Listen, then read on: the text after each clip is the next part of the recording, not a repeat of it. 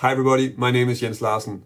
One of the biggest problems that we face when we are improvising over chord changes is the fact that you're playing one solo over a lot of different chords, and in the beginning it sounds a little bit like you're playing 7 different solos over 7 different chords, and you need to find a way to play one solo that is connected and one musical idea, and there is a way to work on this, and you can even do it as a sort of technical exercise.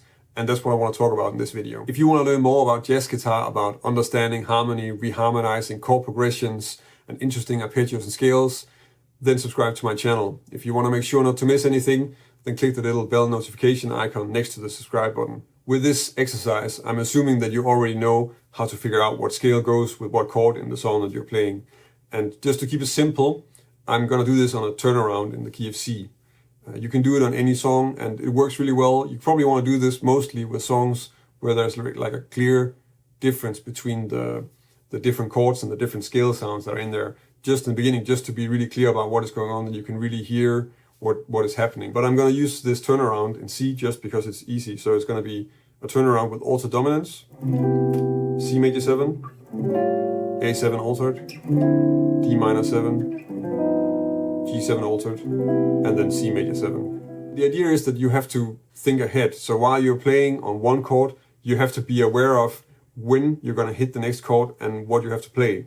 That's what you want to train, because that's going to help you have the overview to think about the next thing that you have to play while you're already playing some melodic idea. And really what we're doing is just we're making the melodic idea extremely simple. So the most basic form of this exercise is just to play it as a scale exercise. If I do that, so if we play in 8 notes, I'm going to play each of those chords. I'm going to play the scale in 8 notes, and then I'm going to just change whenever I get to a chord change. So that means that I'm going to play 8 notes in C major, and then the next 8 notes are going to be on A7 altered, and so on and so forth. That would be this exercise.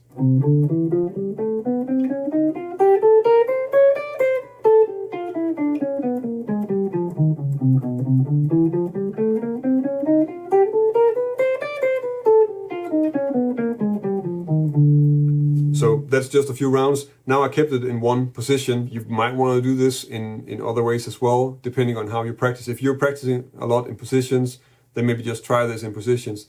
Try to keep it open. The idea is that you're practicing, you can probably already play the scales, so it's not really about playing the scales, it's about having the overview, and that means that it makes sense to try. Now I start on the root, try and start on different places. Try and force yourself to keep thinking and having that overview. So if I start on the, let's start on the 5th. So that would be this.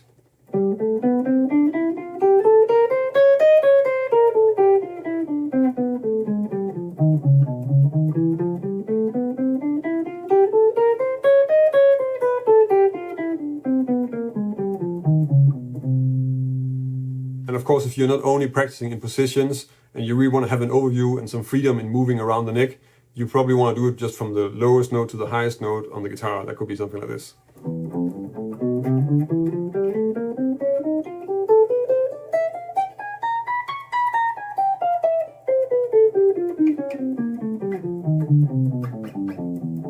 And so on and so forth. I've done this before, so I'm probably playing it a little bit faster than you want to do this when you start. So you kind of want to take it to a tempo where you can think ahead and where you really have an idea about, if I start here, where am I going to end? And where what's going to be the first note in the new scale, those kind of things. And really, if you slow it down a lot, then that's going to be a lot easier. The next logical step would probably be to take the same type of exercise, but then instead of just playing the scale, try and play some structures in the scale. So you can do this with intervals or arpeggios or something. So just to try that out, let's do diatonic 7th chords, and then I'll just stick with this position still, and then let's do still 8 notes, so that means that I'm going to play 2 arpeggios from each scale, and then I'm going to change. What you notice here, and actually that was also already with the scale thing, when I was playing just the scale exercise, sometimes I'm going to come out on notes that doesn't really sound like the chord, and I don't really worry too much about that. It's not really so that the scale exercise has to really portray the chords that much. It's still just a scale exercise, and even though I'm sort of using the chord progression, it doesn't have to sound exactly like chord progression. And that is what's going to happen here, because what I'm doing is I'm taking a melodic idea. So the first simple melodic idea was just scale movement, and now it's just going to be diatonic arpeggios. and that would sound like this.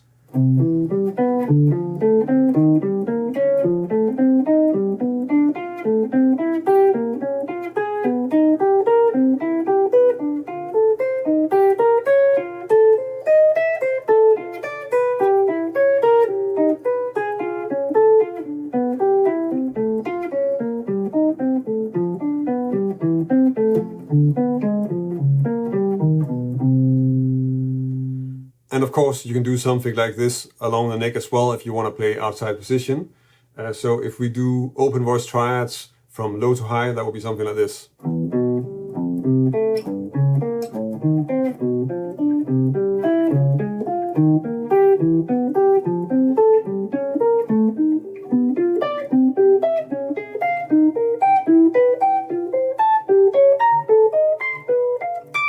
What you'll notice here, or I don't know if you'll notice, but what kind of is strange, I have to figure out why that is actually, but this kind of repeats this pattern. So if I start on C major, I get E minor and then F, so, and then on the A7 I'm gonna get the G diminished, A diminished, then on the D minor it's gonna be B diminished and C, and then on the G7 it's gonna be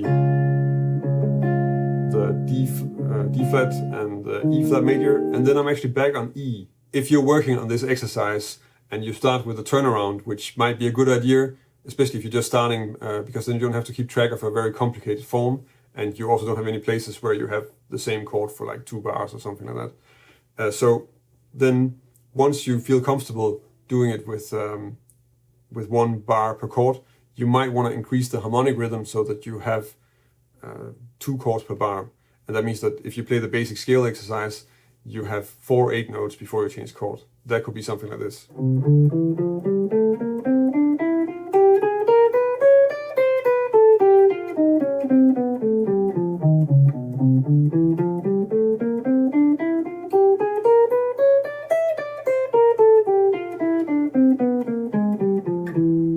So what happened here also, which might be worth mentioning, is that sometimes when you play these exercises, also as we had with the open voice triads, they will start looping in strange places, and then you're going to be just playing the same exercise all the time. And really that's not what you want to work on. So in this case, I just chose to sort of add a note outside the position just to avoid having that loop. And I think you kind of start, you come across them once you try to do this exercise, and then you can also get used to avoiding them like that. And of course, if you end up in a loop, it's also not the end of the world anyway.